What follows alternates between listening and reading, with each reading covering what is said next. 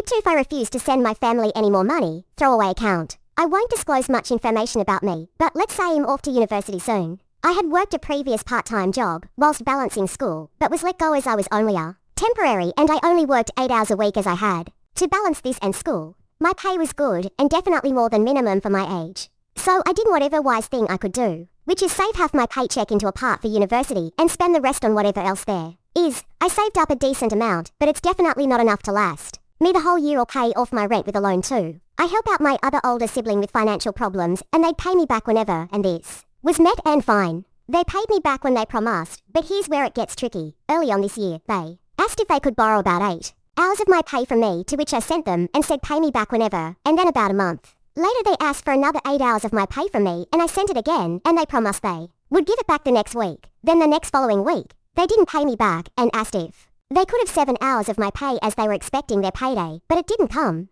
At this point, my savings are literally running out. I have to dip into my savings to even buy myself school lunch, and I asked my parents for money too. Buy myself food, and I feel so guilty for it as things such as bills exist. So guys, WIBTA if I refuse to send my siblings more money. My savings are quite literally almost rinsed, and I feel so bad if I refused because I'm not helping out my older sibling anymore.